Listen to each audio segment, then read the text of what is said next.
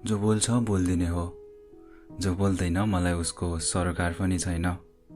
जो गाह्रो साह्रोमा साथ दिन्छ उसको लागि ज्यान हाजिर छ।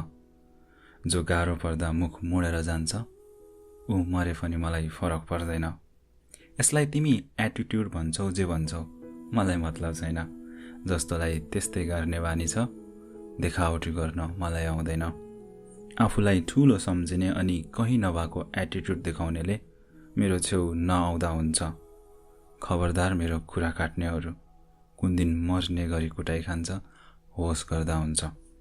आफ्नो काम गर, प्रगति गर, तर मेरो कुरामा चासो नराख। म के गर्दैछु, कोसँग बोल्दैछु धेरै चियो चर्चा गर्ने नगर। मेरो जिन्दगी हो, म आफ्नो तरिकाले जिउँछु। बढी न्यायाधीश हुन नखोज।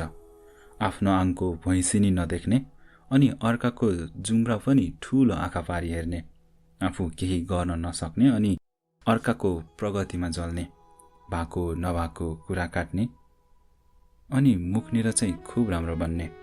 म जेसुकै गरम त्यो तिम्रो मतलबको कुरा होइन। म जेसुकै गरम त्यो तिम्रो मतलबको कुरा होइन। अन्तिम वार्निङ हो, आजबाट केही थाहा पाए भने राम्रो हुने छैन।